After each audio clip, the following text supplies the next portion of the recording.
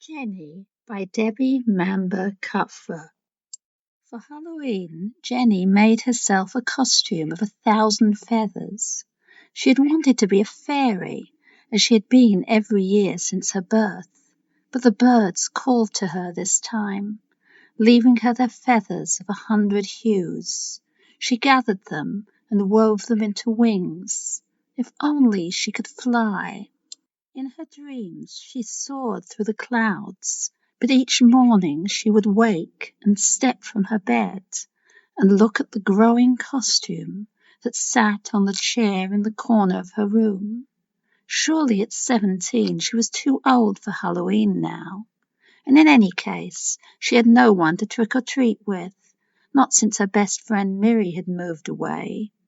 But still the birds called to her and left her their gifts, which she attached to the wings of her costume.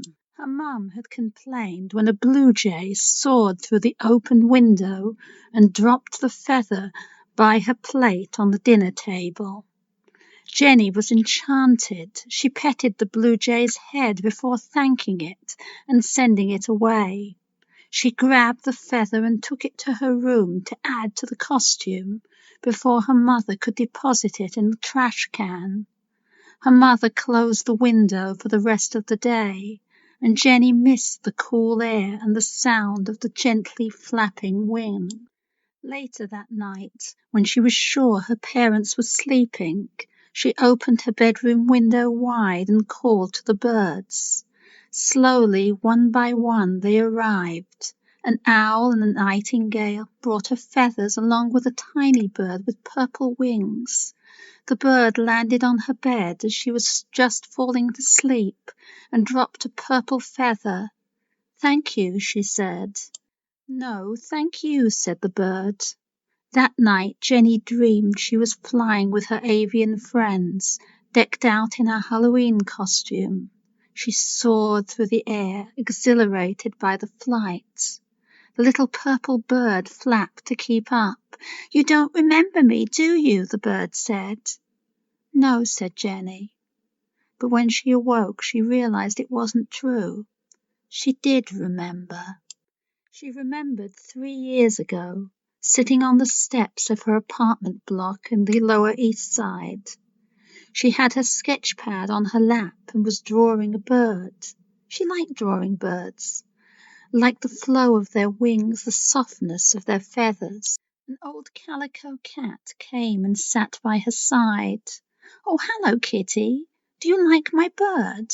Would you like to chase it? You wouldn't be able to catch it, though. It can fly, you see." The calico was obviously a street cat.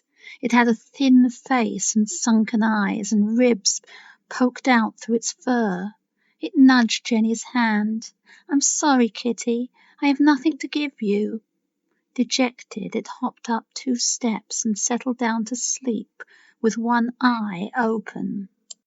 Jenny filled in the colours with her coloured pencils, 2 different shades of purple for the feathers and bright orange for the bird's eyes. When Jenny was done, she found she couldn't take her eyes off the picture. The calico awoke and jumped 2 steps down and looked at the paper. As the cat caught sight of the bird, she yowled and stared at the avian form with wide eyes, her tail flicking back and forth. "What's wrong?" asked Jenny. But then she saw it. There was movement from the paper.